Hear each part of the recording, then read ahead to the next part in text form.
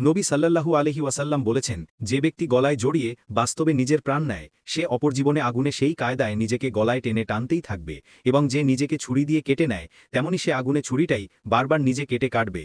সহি বুখারী, সহি মুসলিম সম্পর্কিত রিওয়ার্টিং।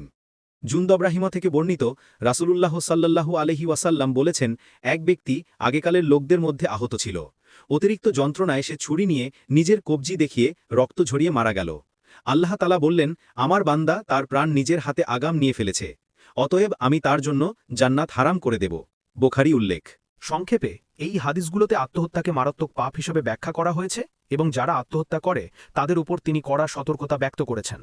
তবে ইসলামী ফাকাহ ও আধুনিক আলেমরা জ্বলন্তভাবে ব্যাখ্যা করেন যে চূড়ান্ত বিচার আল্লাহর হাতে এবং মানুষের মানসিক অসুস্থতা বা চাপে থাকা অবস্থায় পরিস্থিতি আল্লাহ ভালো জানেন। আরও বলা হয় যে আত্মহত্যাকারীর জন্য মুসলিম হিসাবে তাদের লাশ ধোয়ানো, কাফন করা এবং দাফন করা উচিত, কারণ তারা সাধারণত কাফের নয়। সেই বিষয়ে আলেমেরা বিস্তারিত মতভেদের ভিত্তিতে নির্দেশ দেন।